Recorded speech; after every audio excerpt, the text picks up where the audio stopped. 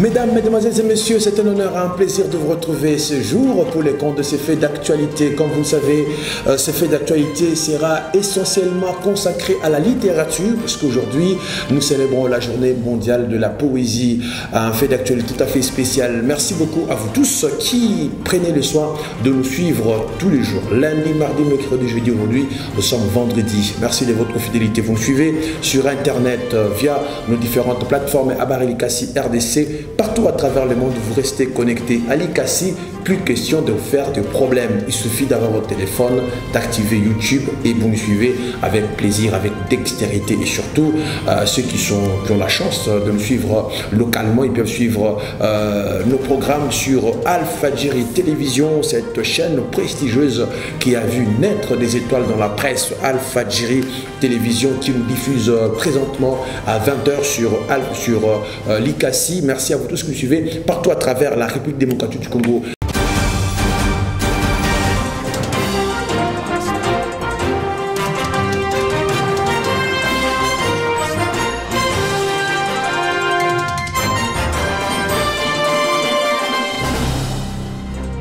Je le disais qu'aujourd'hui, le monde entier célèbre la journée mondiale de la culture.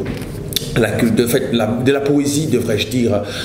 On célèbre la poésie, mais bien avant de parler de la poésie, tenez, les artistes musiciens chantent, parlent pratiquement tous les jours, mais certains n'ont pas droit à leur redevabilité de la part des institutions qui reconnaissent bien entendu le droit d'auteur.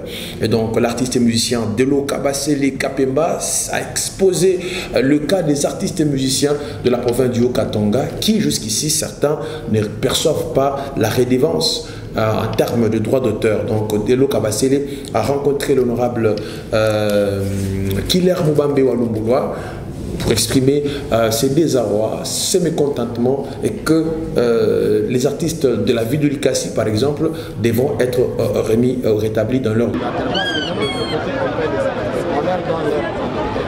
Ça a commencé depuis la semaine dernière. Mais nous, ici, depuis qu'on attendait. Nous venons avec la doléance Sendro. Même au niveau de Kinshasa, ça se fait. Ça va se répercuter même nous allons nous fixer rendez-vous parce que les articles ne sont pas seulement à l'ICASI. Nous parlons donc de tous les articles de Katanga. Nous allons prendre rendez-vous ensemble avec le ministre de la Culture, c'est notre collègue.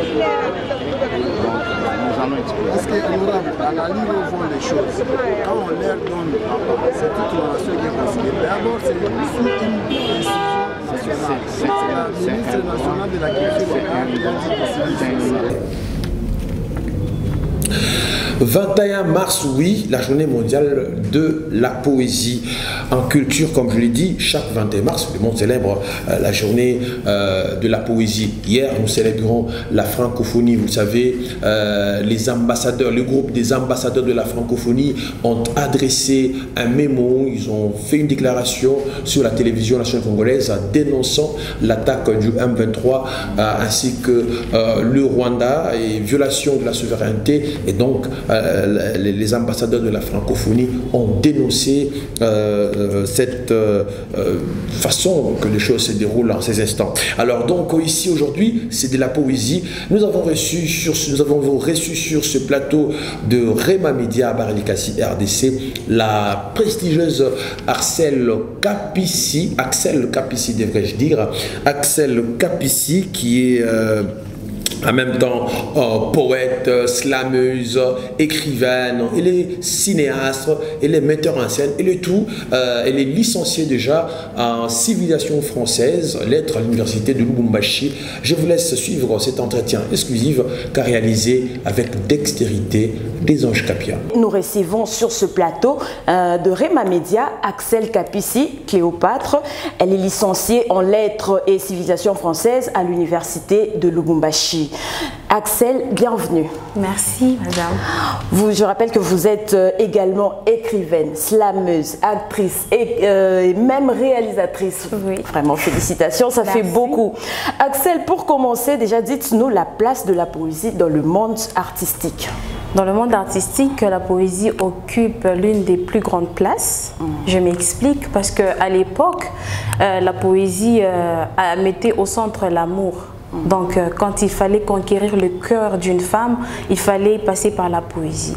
Alors, aujourd'hui encore, ça reste la même chose. La poésie permet à ce que les gens s'expriment librement. La poésie occupe l'une des plus grandes places dans le monde artistique parce que la poésie donne naissance à plusieurs branches et comme par exemple le slam, et comme auparavant à l'époque de nos parents, c'est à partir de la poésie qu'on arrivait à conquérir le cœur d'une femme. Et aujourd'hui, on n'a pas seulement gardé cette même idéologie, on a aussi ajouté la révolte, l'esprit de révolution, donc on peut parler librement à travers la poésie. Ok, Axel, en tant que slameuse, est-ce qu'aujourd'hui vous avez la facilité de faire consommer en fait votre style? Notre style est facile à consommer, oui. Pourquoi? Parce que à travers du slam, à travers le slam, on voit le rap. Donc quand on parle du slam, on voit le rap. C'est comme Grand Corps Malade, il y a beaucoup de slameurs à Lubumbashi aussi qui ont pris ce style pour exprimer leurs émotions, pour parler, pour dénoncer certaines choses qu'ils trouvent injustes et aussi pour encourager d'autres choses. D'accord, vous avez très bien parlé. En fait, on aimerait savoir, vous en tant qu'écrivaine, hein, nous savons qu'actuellement, la lecture, c'est vraiment très difficile avec, avec le monde technologique. Hein, il y a le téléphone, il y a les smartphones, il y a beaucoup trop de choses. Mais vous, en tant qu'écrivaine congolaise, quelles sont les difficultés que vous rencontrez? Premièrement, il y a eu le découragement. Il y a des gens qui m'ont vu et qui m'ont dit « tu es écrivaine, qu'est-ce que ça t'apporte ?» Les gens préfèrent investir dans la musique, dans le théâtre, que dans l'écriture. Parce que nous, on s'est dit que non, on écrit, c'est quelque chose qui est inné, donc on ne peut pas s'en passer. Et quand on écrit quelque chose, on essaie d'intéresser aux gens, ils disent « ah, ça va t'amener nulle part ». Mais quand même, on a les soutiens de certains professeurs qui, parce que eux, c'est obligé qu'ils soient vraiment plus ou moins branchés à la littérature ou à l'écriture. Alors, ce sont les seuls qui nous soutiennent. Rares sont des personnes, en dehors des professeurs ou des personnes qui enseignent, qui sont dans l'éducation, qui nous soutiennent. En dépit de tout ça, vous êtes quand même restée écrivaine malgré les découragements et tout ça. Et en tant que slameuse, peut-on avoir un extrait de vos textes? Bien sûr. Quand ils voudront savoir d'où je viens, ma description sera faite en quelques mots. Je leur dirai que d'où je viens, la démocratie y est au vrai sens du mot, que la beauté de là que je viens s'explore à travers ces cours d'eau. Je leur parlerai de ces lieux touristiques, en ajoutant à mon accent un peu d'esthétique. Leur dire que ces lieux qu'ils trouvent mystiques sont juste le fruit d'un travail artistique. Je ne manquerai pas de vanter nos richesses, les pas de danse, ces cultures et ces belles tresses, de ces belles femmes telles des déesses qui luttent jour après jour contre la vieillesse. Je ne manquerai pas de vanter notre bière, bonne, blonde et légère, de nos bonnes recettes culinaires qui traversent les frontières. Bravo. Je leur dirai que je viens de Likasi, 120 km de Louchi, une ville qui trouve tous petite, mais qui pour moi représente un paradis. Bravo Axel, c'est vraiment très beau et on voit à quel point vous êtes vraiment impliqué et même très inspiré par votre travail et c'est quelque chose de vraiment encourageant. Moi je vous encourage personnellement même si vous ne rencontrez pas souvent des personnes telles que moi. Merci beaucoup. Axel, nous sommes au mois de mars, c'est le mois de la femme hein, et vous êtes femme. En tant que telle, quel est le mot que vous souhaiteriez dire aux femmes et aux jeunes filles qui nous suivent en ce moment? Ce que je pourrais dire à la femme, c'est l'honneur, la valeur, la grandeur et la splendeur. La femme, c'est l'orientation, la distinction, l'éducation. La femme, c'est la qualité, la beauté, la dignité, la tranquillité. La femme, c'est le positivisme, le charisme et le dynamisme. La femme, c'est celle qui incarne une reine, celle qui a le pouvoir dans ses veines. La femme, c'est celle qui donne la force dans les moments les plus atroces. Et la femme, c'est celle qui reste déterminée. Bravo Axel, c'est vraiment très impressionnant ce que vous faites. Merci. Et merci, comme vous venez de le dire, c'est très beau tout ça. Et que j'espère que toutes les femmes qui étaient là, qui étaient là en train de nous suivre, vont s'inspirer de tout ce que vous avez dit. Merci. Voilà, nous étions en train de parler de la journée mondiale de la poésie et nous avons reçu pour l'occasion Madame Axel Kapissi qui est, je rappelle, écrivaine, slameuse, actrice et même réalisatrice. Oui. Axel, merci d'avoir été des nôtres. Merci beaucoup. Merci. Et voilà, vous avez suivi Des Anges Capia avec Axel Kapissi, la Cléopâtre, c'est comme ça qu'on l'appelle sur la scène. Mais bon, nous allons quitter d'une étudiante à l'enseignant, cette fois-là. Lui, c'est M. Delphin Ipanga, qui est directeur des études au collège Toutazamié, qui va nous parler, avec qui nous nous sommes entretenus bien avant, sur l'enjeu de la poésie dans le cours de français de nos jours à travers les écoles de la République démocratique du Congo. Le professeur enseignant, bien entendu, Delphin Ipanga, il est directeur des études au collège Toutazamié, l'une des prestigieuses écoles de la ville de Ipanga. Delphin. Merci, bienvenue chez nous, à Réma. Merci bien. Vous allez bien? Ça va bien. Très bien. Je vous l'ai dit tantôt, vous êtes directeur des études au collège Toutazamié. Dites-nous aujourd'hui, quelle est la place qu'occupe la poésie dans le cours de français tout naturellement? Merci bien pour la préoccupation. Sinon, si nous voulons très vite aller en besoin, nous allons dire la poésie fait partie de matières que l'UP français doit obligatoirement enseigner par rapport aux différentes rubriques de cette branche. Et c'est fait que parmi les différentes matières, il y a des textes, il y a la poésie, il y a la grammaire et un peu d'autres matières. Et quand vous me parlez de la poésie, je pense au programme scolaire. Un professeur de français est censé dispenser cette partie de la matière. Mais est-ce qu'on regarde votre expérience d'hier et d'aujourd'hui, vous pensez que les professeurs ont ce temps-là de naviguer avec fond sur la poésie? Maintenant, ce qui est très vrai, compte tenu de plusieurs réalités liées aux exigences pédagogiques, on sent que les professeurs sont presque limités à l'essentiel et ils veulent bien aller là où il y a plus de facilité quand il faut enseigner et évaluer. Mais là où il y a beaucoup d'efforts à fournir, ils fournissent moins d'efforts et ça devient rare. Pourquoi nous le disons? Parce que faire de la poésie, il faut d'abord être capable d'apprendre à apprendre aux enfants. Ça demande du temps, de la correction et beaucoup plus d'efforts pour qu'un enfant puisse totalement intérioriser avec un coach l'esprit d'un auteur pour arriver à une belle poésie. Donc, est-ce que, alors, vous parlez de la difficulté au niveau des enseignants. Est-ce que ces enseignants ne sont pas formés ou quelle est l'explication qui conviendrait le mieux à ce niveau? C'est l'enseignant qui n'est pas bien formé?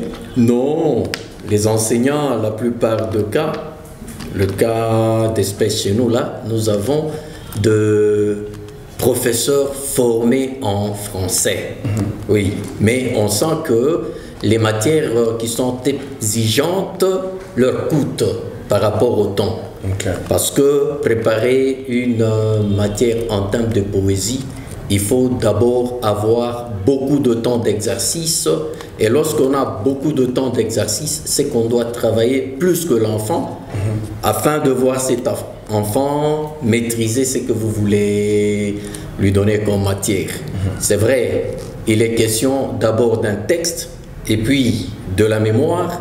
Et cette mémoire dans le chef de l'enfant, ça doit être activé par l'intérêt que l'enseignant lui-même trouve par rapport à la mémoire de l'enfant. Il est dit chaque époque où il y a toujours ces nouvelles réalités. Nous sommes à l'époque des TikTok, Facebook. Est-ce que vous avez l'impression que ces nouvelles technologies de l'information et de la communication jouent également son impact sur l'apprentissage ou l'adhésion des élèves à l'art de la poésie? Je pense pas totalement. Il est question de l'intérêt que les enfants peuvent trouver. De notre temps, il y avait un peu de choses que nous devions retenir parce que l'enseignant lui-même a donné beaucoup d'intérêt et d'importance. Il y a de vieux poèmes qui sont restés dans nos têtes comme ça parce que nous n'étions pas très forts, mais les professeurs nous ont donné ces goûts-là. J'ai fait allusion à ces poèmes-là, Barbara. Rappelle-toi, Barbara, souffle, aïe, et femme noire. Il y a autant de textes qui sont... Et parmi bien entendu, ces différentes pointes citées qui ont marqué votre épopée, lequel qui quand vous le remémorez, ça vous fait plein de souvenirs d'enfance? Waouh! Là, j'ai fait allusion à ces poèmes-là, souffle. Moins ça, je vois Barbara. Est-ce que vous pouvez sortir un extrait pour apporter de nostalgie? Moi, tout ce que j'ai retenu autre chose. Hein, vraiment, s'il vous plaît, je ne voudrais pas pécher contre moi-même. Je suis resté avec quelques petites belles phrases. Oui. Et peut-être là, je me réserve de ces droits-là d'entrer dans le fond. Oui, mais c'est qui est vrai. On avait compris que tout était parti de l'intérêt que les enseignants trouvaient dans ces textes. Et ils le faisaient avec passion. Et nous aussi, en voulant les imiter, on a fait moins d'efforts pour mémoriser ces textes. Maintenant, bon, les enseignants, nous ne les condamnons pas. On sent qu'ils ont trop à faire et l'exercice qui demande 3 semaines, 1 semaine, 2 semaines pour bloquer un texte, ça devient un peu pour eux un travail de trop. Mais comme vous le disiez là, la technologie avec TikTok et autres, je pense que non, ça n'a rien à faire avec les mémoires des jeunes. Ils sont encore très forts, capables de bloquer autant de choses et être capables de le faire, mais ils ne sont pas seulement à cette école. Oui. Et on ne trouve plus de l'intérêt pour la poésie, sauf quelque part où il y a encore des élèves. Un exemple banal chez nous là, il y a un élève qui a fait la commerciale, mais récemment, il nous a laissé un ouvrage en poésie et il m'a demandé de faire l'épigraphe de son livre plus loin, voir comment on pouvait l'aider avec la correction. On s'est dit, mais de la commerciale aux écrits, c'est que quelque part, il a une vocation. Le goût. Alors, Maître Ipanga, c'est avec plaisir et honneur que Rema Media vous a reçu dans ses entrailles. Merci bien. Merci de vous être disponibilisé, d'être chez nous. C'est avec plaisir. Un mot à tous les élèves de votre institution, parce qu'on est suivi partout à travers le monde. Merci bien. À nos élèves, une invitation. La culture, c'est ça qui fait l'homme. Si aujourd'hui, il y a de ceux-là qui sont devenus trop grands, ils ont aimé la culture et ils sont restés accrochés à la culture. Ne vous limitez pas seulement à la matière en classe, quittez un peu la classe. Faites autre chose, lisez plus, parce qu'en lisant plus, vous allez encore vous ressourcer. Même en écoutant plus, ce que vous écoutez, ce que vous lisez, ça peut toujours rester. Et malheureusement, chez nous, le livre, ce n'est plus un trésor. Nous sommes passés par le livre qui était un trésor et aujourd'hui, ce que nous sommes de fruits de la lecture et de cet exercice des ouvrages des autres que nous avons accepté d'appartenir, et ces ouvrages-là ont fait de nous ce que nous sommes aujourd'hui. Chers jeunes, nous vous lançons un défi. rentrer encore dans la lecture. Il y a beaucoup de choses à manger scientifiquement pour devenir aussi grand et être plus tard amoureux de la culture. Mahatma Gandhi disait une fois, lorsqu'il imaginait le nombre de livres qu'il lui reste à lire, il a l'impression de vivre une éternité. Merci à vous de nous avoir suivis. Au revoir.